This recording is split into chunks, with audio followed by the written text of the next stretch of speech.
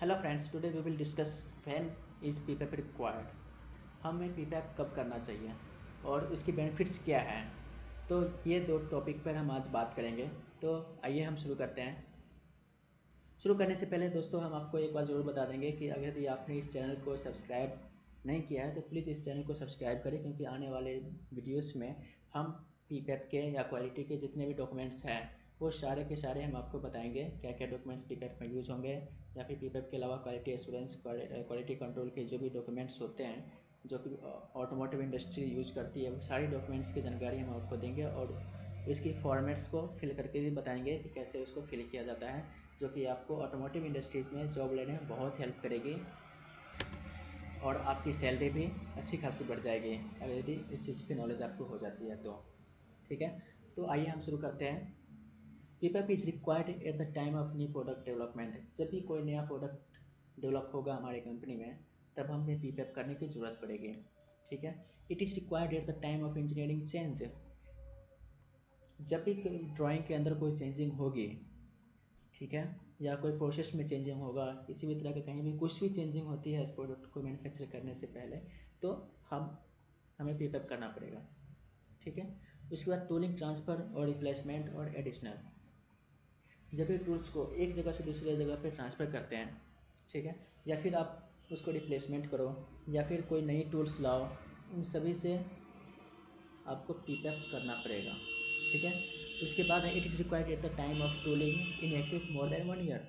जब भी हमारा कोई टूल्स 1 साल से ज़्यादा एक्टिव नहीं होता है, यूज में नहीं होता है, ठीक है, और कोई प्रोडक्ट डेवलपमेंट के लिए हमें उस टूल्स की ज़रूरत पड़ती है, तो उसको यूज़ करने से पहले हमें उसका पीपैप करना पड़ेगा कि ये एक्चुअली में जो टूल्स यूज़ करने वाले हैं वो सही है या नहीं है।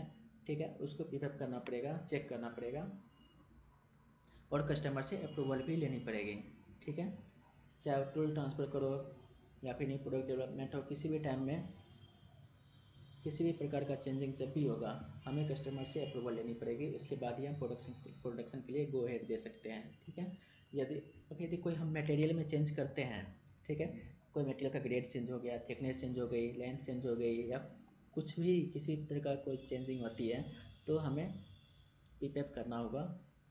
कोई सप्लायर चेंज होता है तब भी हमें पीपैप करना पड़ेगा, क्योंकि हमें कस्टमर्स को अप्रूवल के लिए पीपैप देना पड़ता है। ठीक है, और जब तक हमें कस्टमर से अप्रूवल नहीं मिलेगी हम प्रोडक्ट को मैन्युफैक्चर नहीं कर सकते हैं।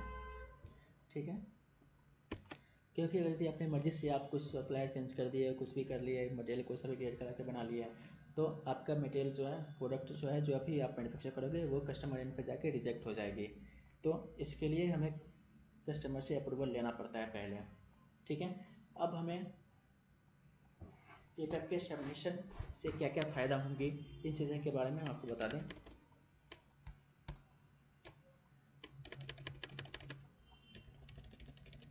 तो आइए शुरू करते हैं। It helps to prevent it helps to maintain design integrity. ये डिज़ाइन की अखंडता को बनाए रखने में हमारी हेल्प करता है। ठीक है, उसके बाद है reduces warranty charges and prevent cost of poor quality. क्योंकि पीपैप हम जब करते हैं तो पुअर क्वालिटी का प्रोडक्ट बनता ही नहीं है।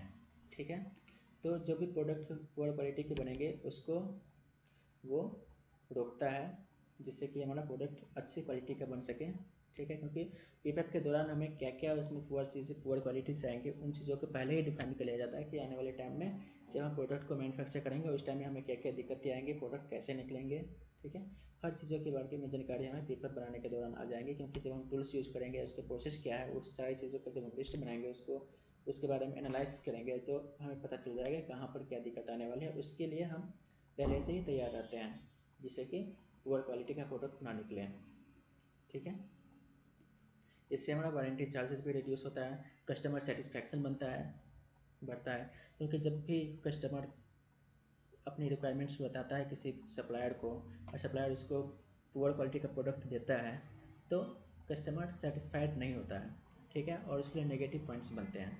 तो हम पीपैप करके उसे एक अच्छे प्रोडक्ट्स की क्वालिटी देते हैं, अच्छे क्वालिटी के प्रोडक्ट्स उसे प्रोवाइड करते हैं, जिससे कि कस्टमर सेटिस्फाइड होता है और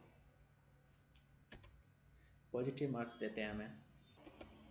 ठीक है, इससे क्या होता है, ओवरऑल प्रोडक्ट्स का जो ओवरऑल क्वालिटी होता है वो भी बढ़ता है। तो हमें पेपर इन चीज़ों की वजह से करना पड़ता है, और अच्छी बात है प्रोडक्ट के अप्रूवल के लिए पीपैप करना चाहिए, जिससे कि हमारा कोई भी प्रोडक्ट्स पुअर क्वालिटी का ना बने और कस्टमर हमेशा सेटिस्फाइड रहे। ठीक है, अगले वीडियो में हम आपको बताएंगे कि इसके कौन कौन से एलिमेंट्स होते हैं और इसके लेवल कौन कौन से होते हैं, कितने लेवल होते हैं पीपैप के। ठीक है, तो आने वाले वीडियोस को सुनने के लिए, देखने के लिए प्लीज़ इस चैनल को सब्सक्राइब करें और बेल आइकन को ज़रूर दबाएं, जिससे वीडियो लॉन्च होते ही आपको नोटिफिकेशन मिल जाए और इस वीडियोस का लाभ उठा पाएँ। Thank you for watching our videos.